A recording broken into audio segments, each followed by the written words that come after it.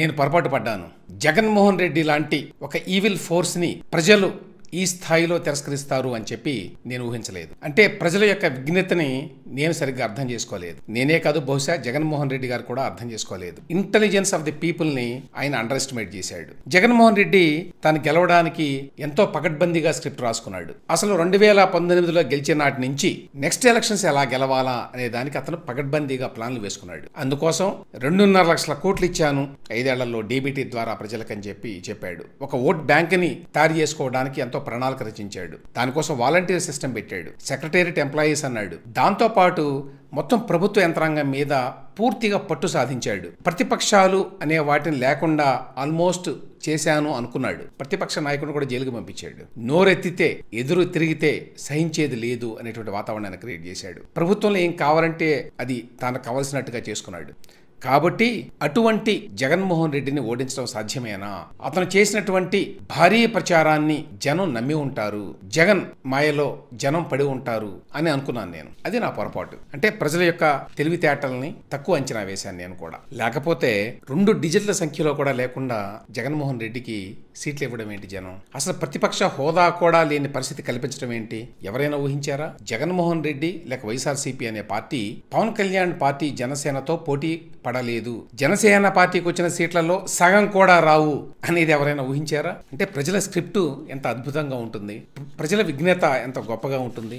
జగన్మోహన్ రెడ్డి గారు 2019లో భారీ మెజారిటీతో గెలిచినప్పుడు ఆయన ఏమనుకున్నాడంటే ఇదంతా నా గొప్పతనం అనుకున్నాడు. నిజానికి 2019లో ఆ భారీ గెలుపు జగన్మోహన్ రెడ్డి గారి గొప్పతనం కాదు. కానీ 2024లో ఓటమి మాత్రం పూర్తిగా ఆయన సొంతం. ఆయన యొక్క హ్యూబ్రిస్. షేక్స్పియర్ నాటకాల్లో ట్రాజడీస్ ఉన్నాయి. షేక్స్పియర్ నాటకాలు చాలా మంది వినుంటారు. కింగ్ లియర్ అని, ఒథెల్లో అని, ఇట్లాంటివన్నీ. అక్కడ నాయకుడు ఉంటాడు ఆ నాటకంలో. అతనికి హ్యూబ్రిస్ ఉంటుంది, అంటే అహంకారం, అంతులేని అహంకారం. అదే చివరికి అతని పతనానికి దారితీస్తుంది. ఆ విధంగా జగన్మోహన్ రెడ్డి గారికి కూడా ఆయన పతనానికి ఆయన అంతులేని అహంకారం దారితీసింది. అయితే ప్రజలు దీని అంతటిని అర్థం చేసుకుంటారా? రాష్ట్రానికి జరుగుతున్న నష్టాన్ని వాళ్ళు అర్థం చేసుకోగలరా? వాళ్ళకైతే బ్యాంకులో డబ్బు వేశారు కాబట్టి మరి జగన్మోహన్ రెడ్డి గారు ఇవాళ కూడా మాట్లాడినటువంటి అవ్వాతాతలు, అక్కా చెల్లెళ్ళు అందరూ దీని లోతుపాతలను అర్థం చేసుకోగలరా అని నా బోటి వాళ్ళు చాలా మంది బహుశా అనుకుని ఉంటారు. కానీ general will of the people ఏమిటి అనేది ఇవాళ తేటతెల్లమైంది. 2019లో జగన్మోహన్ రెడ్డి చెప్పిన మాటలు నమ్మి ఏ స్థాయిలో అతనికి మెజారిటీ ఇచ్చారో, సీట్లు ఇచ్చారో అంతకంటే ఎక్కువ స్థాయిలో ఆయనకి ఇవాళ బుద్ధి చెప్పారు. తలెత్తుకోలేని పరిస్థితి కల్పించారు. జగన్మోహన్ రెడ్డి గారు ఈ 5 ఏళ్లలో పవర్లో ఉన్న కాలంలో మొత్తం మీడియా అంతటిని కొనేసాడు. ఫర్ ఎగ్జాంపుల్ టీవీ ఛానల్స్ని కొనేసాడు. ఆయన సాక్షి టీవీ లేకపోతే సాక్షి పేపర్ పక్కన పెట్టండి, TV9 కావచ్చు, NTV కావచ్చు, 10TV కావచ్చు, ఇట్లాంటి వాటన్నిటిని కూడా ఆయన లోపరుచుకున్నాడు. చాలా వ్యతిరేక ప్రచారం చేయించాడు. సార్ ఆ టీవీలు మామూలుగా అయినా కూడా ప్రతిపక్షాల మీద కూడా విమర్శలు చేయొచ్చు, అందులో తప్పేమీ లేదు. కానీ ఉద్దేశపూర్వకంగా బురదజల్లుడు కార్యక్రమం అనేది భారీ ఎత్తున చేయించాడు. అయినా కూడా ప్రజలు నమ్మల. అది చెప్పుకోవాల్సిన విషయం. ఎగ్జిట్ పోల్స్ తీసుకోండి. టైమ్స్ నౌ లాంటి వాళ్ళను కూడా, టైమ్స్ నౌ ఈటీజీ వాళ్ళ ఎగ్జిట్ పోల్ ఏం చెప్పింది? ఈయనకి 22 సీట్లు వస్తాయి పార్లమెంట్లో అని చెప్పింది. ఆయనకి 4 సీట్లు వచ్చింది చివరికి. ఇక అసెంబ్లీ సంగతి అయితే చెప్పే పనే లేదు. అంటే ఆ స్థాయిలో ఆయన మ్యానిపులేట్ చేయగలిగాడు వ్యవస్థను. కానీ ఇక్కడ వాస్తవం వచ్చేసరికి పరిస్థితులు మొత్తం తిరగబడి. ఎందువల్లంటే ప్రజలు గ్రహించారు. ప్రజలు చాలా తెలివిగల వాళ్ళు. ఎంత మ్యానిపులేషన్ చేసినా, వ్యవస్థలన్నిటి మీద ఎంత ఆధిపత్యం సంపాదించినా ప్రజలకి ఆ విఘ్నత ఉంది. They can make out the difference.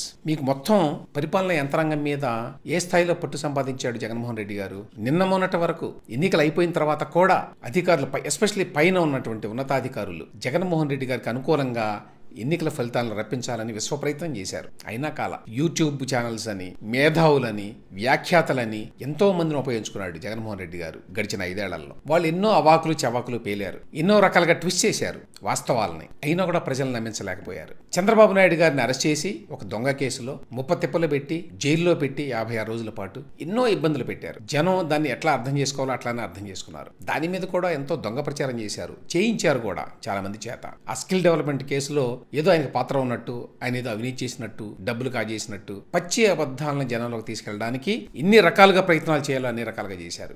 ఒక స్థాయిలో ఈవెన్ న్యాయ వ్యవస్థను కూడా మేనేజ్ చేశారు. ఇక బయట ఉండేటువంటి వ్యక్తులు, మేధావులు కావచ్చు, పౌర సంఘాల పేరుతో ఉన్నవాళ్ళు కావచ్చు, వ్యాఖ్యాతలు కావచ్చు, యూట్యూబ్లో మాట్లాడేవాళ్ళు కావచ్చు, వాళ్ళందరి చేత వ్యతిరేక ప్రచారం చేశారు భారీ ఎత్తున.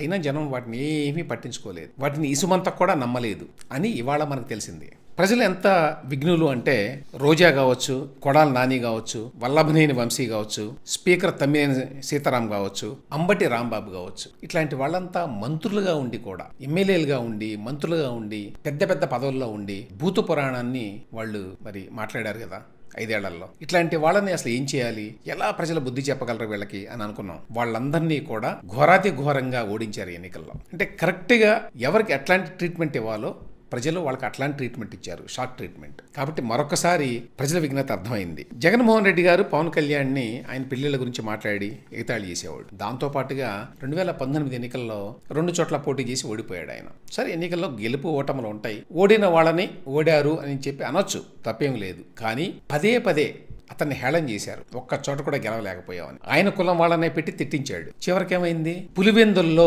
దశాబ్దాలుగా వాళ్ళకి పూర్తి ఆధిపత్యం ఉన్నటువంటి పులివెందుల్లో జగన్మోహన్ రెడ్డి గారికి వచ్చినటువంటి ఓట్ల కంటే ఇవాళ పవన్ కళ్యాణ్కి పిఠాపురంలో ఎక్కువ ఓట్లు వచ్చినాయి. కనీసం 8,000 ఎక్కువ వచ్చినాయి లాస్ట్ నేను ఫిగర్స్ చూసిన అప్పటికి. అదేవిధంగా లోకేష్ ఇప్పుడు మంగళగిరిలో భారీ మెజారిటీతో గెలవబోతున్నాడు. ఇక్కడ కూడా ప్రజల విఘ్నత ఏ స్థాయిలో పనిచేసింది అనేది మనకు అర్థమవుతుంది. ప్రతిపక్ష హోదా కూడా దక్కకుండా చేశారు అంటే ఎటువంటి శిక్షణ వేయాలి జగన్మోహన్ రెడ్డికి అనే విషయంలో ప్రజలకి అంత క్లారిటీ ఉంది. ఆ క్లారిటీ తోటి, ఆ స్పష్టతతోటి వాళ్ళు ఎన్నికల్లో ఓట్లు వేశారు. డీబీటీ పేరుతోటి అవసరమైనటువంటి ఓటు బ్యాంకులను తయారు చేసుకోవడం, తద్వారా నాకు ఇక తిరుగులేదు అని చెప్పి అనుకోవడం. నేను కనిపెట్టాను ఒక మెథడ్ని ఎట్లా ఎన్నికలు గెలవాలో, ఎన్నికలు గెలిచి పవర్ని చేతిలో పెట్టుకొని మిగతా వాళ్ళందరినీ అణిచేస్తా నేను అనేటువంటి ఒక కొత్త మెథడ్ ఏదైతే కనుక్కున్నాడో జగన్మోహన్ రెడ్డి గారు, ఇండియాలో మరెవ్వరూ మరొకసారి అటువంటి పనికి పాల్పడకుండా జనం ఎవడ బుద్ధి చెప్పారు. నువ్వు డీబీటీ పేరుతో బ్యాంకులో డబ్బులు వేసి ఉండొచ్చు, కొంతమందికి అవ్వా తాతలని మాటలు చెప్పి ఉండొచ్చు, పేదలో పెత్తందారులు అని చెప్పి కొత్త కొత్త థీరీలు చెప్పి ఉండొచ్చు, దుష్ట చతుష్టయం అని